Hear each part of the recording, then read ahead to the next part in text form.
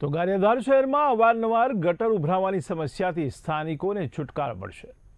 તો ગારિયાધાર શહેરની સુવિધા માટે નવું જેટિંગ મશીન નગરપાલિકાને સરકાર દ્વારા ફાળવવામાં આવ્યું છે, જેના કારણે સ્થાનિકોને હવે વર્ષો જૂની ફરિયાદનો નિકાલ આવે તેવું લાગી રહ્યું છે।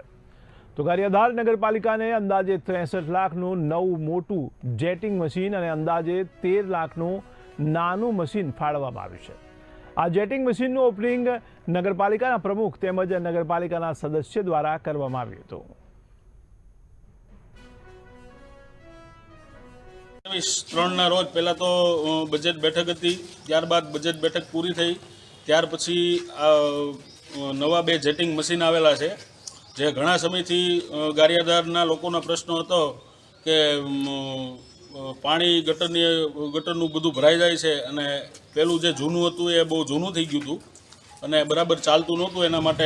એટલા માટે આ નવું આપણને સરકારે આપેલું છે, નવું જેટિંગ મશીન। તો હવે આવતા દિવસોની અંદર જે કાંઈ ગટરના પ્રશ્નો જે ગારિયાધારના હતા એ બધા પ્રશ્નોનો લગભગ સોલ્યુશન આવી જશે।